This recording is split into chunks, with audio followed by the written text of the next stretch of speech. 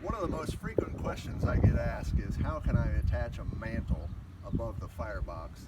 And my response is that we've got steel reinforcement from above the firebox arch all the way up to the bottom of the shoulder.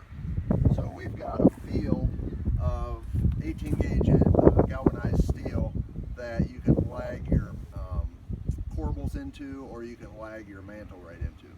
We also offer at an upcharge to have 3/4 inch studs sticking out of the face of the fireplace, and then you can slide your mantle right onto those studs. This is another customizable feature that we offer. This is an electrical rough-in. We have a single gang box here, and then we have 3/4 inch conduit, metal conduit that runs up to another outlet on the front of the unit. We usually try to center them for a television that might mount above a firebox. One of the accessories that we offer is a log